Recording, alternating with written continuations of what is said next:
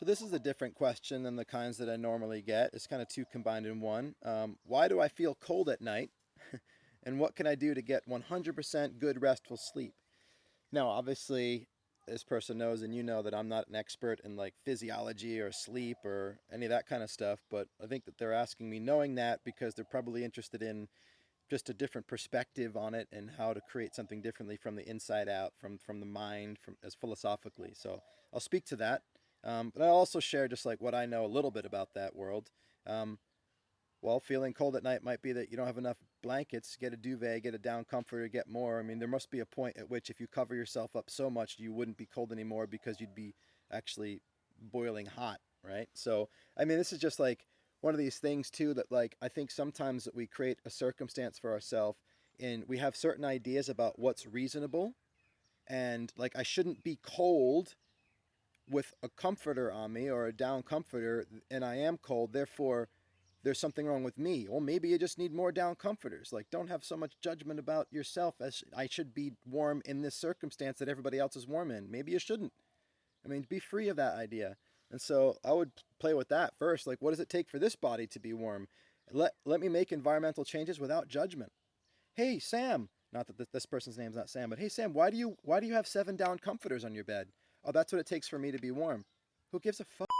That's what it takes for me. That's what I got. So that was the first thing I would say is like, kind of seems like there's a simple external solution that may be outside the bounds of what is considered reasonable. That's the first thing. The other thing that I will say is that the amount of brown fat that you have in your body is going to be a big factor in how cold you feel physiologically. Brown fat is a particular type of fat that is that is in your body and that has a role to play in your experience of cold. And I'm looking at my pool because I know that by getting in cold water regularly, I mean, there's lots of research on this. Look it up: cold plunges, ice baths, all this kind of stuff. You can rapidly increase the amount of brown fat you have in your body. I used to live when I lived in Santa Monica, and I was doing the Wim Hof stuff, the Wim Hof breathing, and going in the ocean in the winter, and taking cold showers. I got to a point where I could wear shorts and a t-shirt when it was 50 degrees outside, and I was totally comfortable versus I may have needed a hoodie if it was under 70 in the prior to that. And so as you increase the brown fat, you genuinely have a different experience of the environment. Those are two kind of physiological things, which isn't my expertise, obviously, but I wanted to share them anyway. How can I get 100% good, restful sleep? For me, again, I guess I am giving physiological answers. I have some experience, but I'm not an expert. So um, am I eating some carbs before bed? If so, that helps me to sleep a little bit better. Not just before bed, but in the evening. Am I working out hard and really moving my body during the day? Am I using my mind during the day? Sometimes people aren't sleeping well enough because they're just not working hard enough during the day, so they don't actually need that much rest. Um, am I waking up because I have stuff on my mind? Is there psychological stuff that's in the way that I need to like work through and deal with and find peace around? So figuring out what is it that's keeping me awake. Do I have a story about waking up at night that's creating a story that I'm going to wake up at night? Right. I used to go to see my mentor in Phoenix. I had to take like a 5 a.m. flight, and I mean I had to get like 3:30 or 4. And I remember in the beginning, I would at night I'd be so worried that I was gonna sleep through my alarm and miss my flight that I was not sleeping all night because I was worried. And then I just decided like, oh it, I'm just gonna get some sleep, and if I sleep through it, I sleep through it. I'd rather sleep through it than be worried all night and not sleep at all. And the moment I allowed myself to face the consequence that I was afraid of and be okay with it, suddenly I just fell asleep and slept until my alarm, and then I woke up and got my flight. And so, you want to find out what is it that's waking me up in my mind? What is it that's waking me up in my body? Um, and, these two things fold into each other. I can't sleep because I'm cold becomes a story that both continues to create the feeling of cold and makes it harder for you to sleep because there's an anxiousness around it.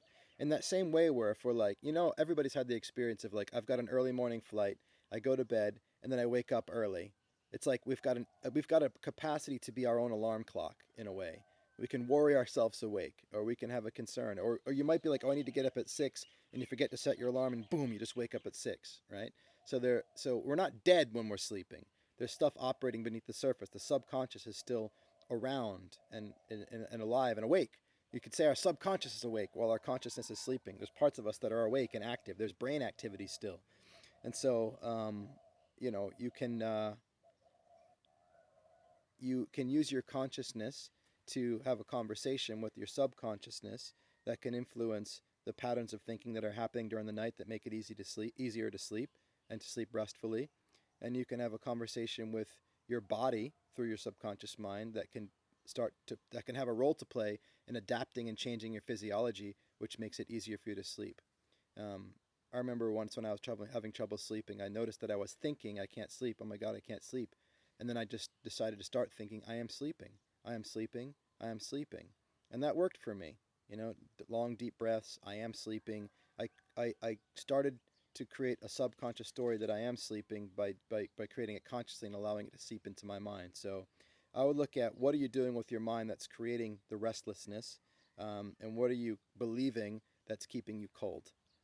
So I hope that's helpful for everybody in lots of different ways, but especially for you around sleep. Thanks for watching. Thanks for reading. Thanks for listening. Thanks for being here. And stick around. There's a lot more to come. I love you. Bye for now.